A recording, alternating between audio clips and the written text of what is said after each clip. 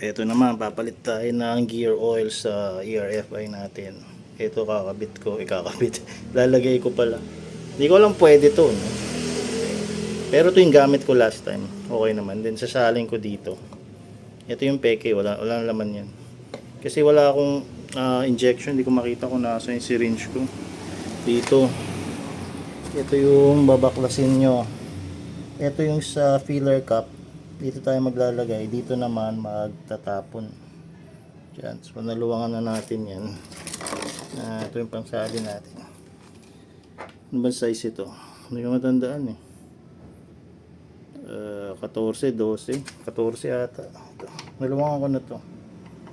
Ay, masikip pa din. Masikip pa rin pala. Wait lang. Ayusin natin. So nga pala, may nabasa ako sa mga groups. Nalilito kung ano dito yung babaklas. Minsan ito yung nababaklas nila sa ano yan, caliper. Brake caliper ito. Check nyo lang naman kung saan nakatutok. Ito yung drain ng gear oil. Dito yung fill. So, tatanggalin ko muna to.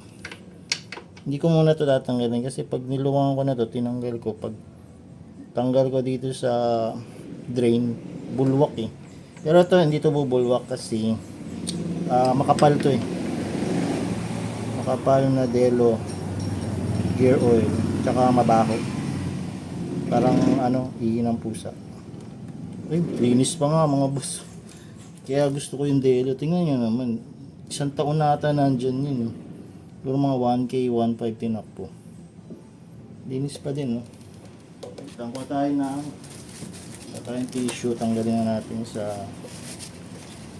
tissue. Dito ko lalagay yung ano, tornilyo.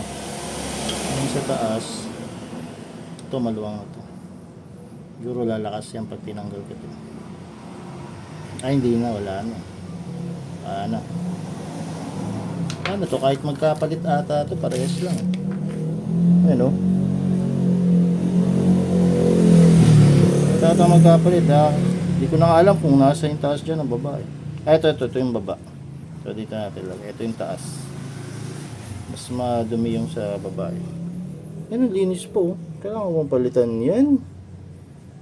100 daw yung recommended. Ito, pupunuin natin to. 100 kasi to eh. Pero sa groups kasi may nabasa ako. Mas okay daw 120. Iba pa nga 150. So sa 120 lang ako maglalagay. Para sure na well lubricated lahat. Pag 150 baka maghanap ng butas eh. Sirain yung gasket eh. Patuloy nyo lang. Makapal yan. Tingnan nyo naman ang kapal. Oh. Ang tagal bumagsak. Oh, nakakabit pa rin. Nakakabit pa rin sa daliri. Tanggal na. Makapal siya. Nagkapal na lang is 140 ata to. 140 nga ba? O 140. Medyo makapal. Kasi yung iba parang engine oil lang yung gear oil. Yung dati kasi inikot ko siya. Parang ang ingay sabi ko. Parang may maingay dito kasi nga manipis yung langis. So yung nagpalit ako nito, yung Delo, na medyo makapal. Kahit anong brand, basta mga 100 or 90, ito 140, yun. Nawala yung ingay, inikot ko. Hindi na bumalik. So antayin ko lang yung matapos. Mukhang gagabihin ako. Mag-aalasihin ko na. Hindi ba siya madumi? Linis po. Mukha lang madumi kasi yan yung ano ginamit ko last time sa engine oil. Nagpalit ako tapos wala nang tulo dito. Kaya check uli natin. Dito yun sa may oil filter. Oil filter. Yeah. Lock. Linis. Oh, mainit. Malinis siya. Puntayin na nga to. Salin na natin to. Salin natin 100 muna tapos dagdagan ko konti para maglapot to. Teka baka mapuno. Ang tagal niya bumaba layo pa. Malapot. Mas maganda kung meron tayong syringe para accurate to, tsaka mas madali magsalin pag may hindi ko mahanap kung saan ko nilagay. Kaya na lang gagamitin natin. Yan mga boss, konting-konti na lang tulo, halos wala na. So babalik na natin. Yan, pinunasan ko na siya. Tanggalin muna natin to. Ba't siya, baka ano, malaglag pa yung tornilyo ko dyan. Kita na natin to. Hindi na ako nagpalit ng washer kasi mukha naman ano, mukhang maayos pa eh. Yan. Tapos dito tayo magsasalin sa taas. Ito puno na to ng 100. Dagdagan ko na lang mamaya ng konti. Siguro mga 20. Sana gumana to. Bigay ni Redson to eh. So inject lang natin. Inject, mukhang mahirap nga to. Mas maganda yung ano, tatapon to eh. Mas maganda yung syringe. Pag syringe, ang bilis lang ito eh, dire-diretso. Tapos may hose yung syringe. Okay, pag tumapon na to, ayun na, tumatapon niya. Sobra ba? Dami pa eh.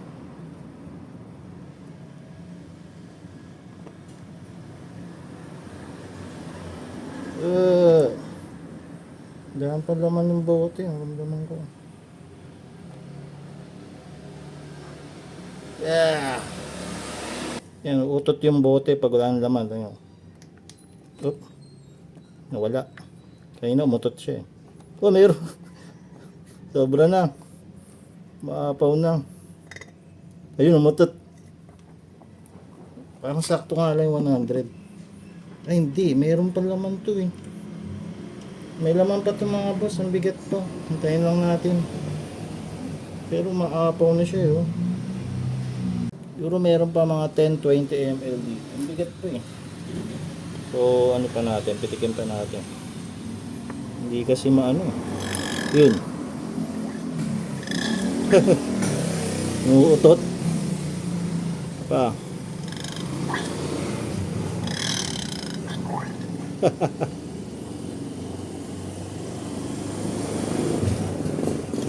Mga apaw na siya kahit ata sa 100, okay na to eh. Apaw na eh. Apaw na. Sarado na natin. Yan, ikpitan na lang natin. Tulo yan eh. Saan ito ang ikpit ko? Ito. Yan, ikpitan na lang natin. Or, yan, pagulungin nyo muna siguro. Tapos kaya, tsaka ulit tayo magdagdag. Pwede rin. O kahit ba igulong-gulong lang to. Hindi ko sure ah. Ayun, may tumapon. Parang plema. Pero pagulungin mong ganyan. Para umano. Kumalat yung langis. Meron pa eh. Oh, bigat pa eh. Siguro mga ano pa to. 10, 15 ml. Sayang. Pero ganun lang yung procedure nyo. Kung gusto nyo dagdagan, kayo. Pero sa manual kasi yung Motorstar, 100 ml lang. Gawin nyo, paikutin nyo muna yan. Start nyo. Ikutin nyo, gamitin nyo. Then, try nyo mag-recheck. Kung pagbukas nyo, hindi pa umaapaw, pwede pa tayo magdagdag. Ito kanina kasi parang umaapaw na. Yun nga lang, pinaiikot ko. So, paikutin ko muna to. Then, buksan uli natin. Tingnan natin kung aapaw. Para makapagdagdag pa. Siya nga pala, tinanggal ko muna dito yung sa drain. Kasi nakaharang sa camera. Parang ganyan yan. So, ayan. Napaikot na natin yung gulong. Buksan uli natin. Check natin kung apaw ba to o hindi. Kasi kung di siya umapaw, pwede pa akong magdagdag.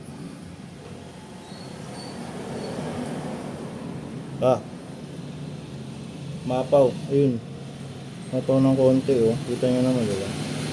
Mukhang okay na yan. Pero sige, try natin konting-konti pa. Kung tatanggapin pa niya. Ayaw na. Ayaw na mga boss.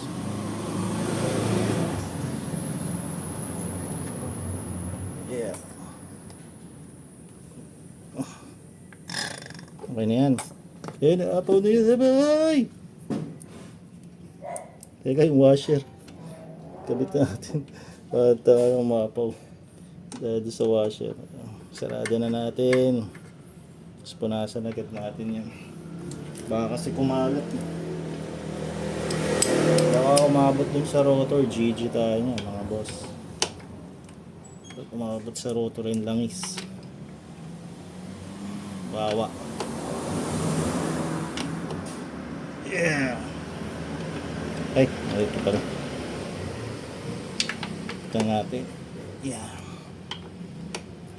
Okay. Then, punas.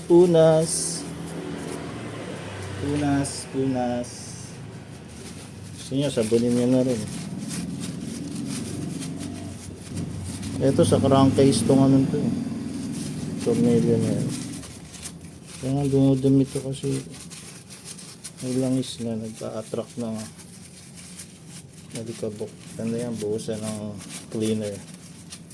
Ayos mga sirs, yan. Okay na ako dyan. Ang ganda nitong Delo. Ang tagal niya ano, ang linis po. Ang tagal niyang ang tagal niyang maging madumi. Tapos mura pa. Parang isang ganito 120, 150. Eh ilang litro yan? O yan, 1 litro. Eh yung nabibili natin ganito, magkano to? 120, 150. So 100 lang. Eh, dito na ako. Pero di ko sure kung maganda epekto nito. Ako na lang nag-sacrifice. Pero para sa akin okay naman. Wala naman ako na-experience na kakaiba. So risk nyo kung gusto nyo subukan yan. Parang napanood ko lang din yan. Tapos sabi ko, subukan ko nga yan. Mukhang maganda yung ano nun ah. Mas mura tapos mukhang mas quality. Ito rin pero ito, ibang brand naman. Ay, hindi, same brand pala, Delo Gold. Or minsan Delo Ultra gamit ka sa makina yung 1540. Pero naghabolin muna ako ng Caltex eh. Para maiba naman. Yung nga lang ginamit ko parang yung makina ko parang maingay. Kasi medyo manipis yung 1040 yun eh. Parang mas gusto kong bumalik sa 1540. So yan. Next time check tayo siguro ng preno. Wala kung preno unahin ko o yung magneto kung may kalawang. Ano pa ba? Yun pa lang no. Wala na masyadong PPMS dito eh. Dahil bago pa to eh. Parang magdadalawang taon tapos ang tinakbo lang 5556. Punasan na lang natin yan. Tapos mag-check din tayo ng mga crack sa mags kung meron. Yung issue niya. So far hindi na bumalik kasi nga nag 70 na ako yun. 130, 70. 60 lang to dati. Ginawa ko 70. Kasi ang kapal. Oh. Anti bengkong, di ba? Upload ko pa yung ibang mga gagawin natin dito. Part ng maintenance. Ito itong center stand, di ko pa pala ito nagrasahan. Yari tayo dyan pag tumagal tapos nabasa, kinalawang dito. Hindi na matatanggal yun. Gagawin ko rin pala yun, tama nakalimutan ko. Next time, basta isa-isahin ko yan pag i-upload ko lahat yung mga loko. Ito yung tulo dati, change oil ako. Parang 2 days ago ata, hindi ko pa nalinis. Ang tagal matanggal yun Kailangan natin ng pantanggal mismo. O siya, yan naman na. Gear oil. Gamit natin Delo. Walang tulo. Ayos. Ganda.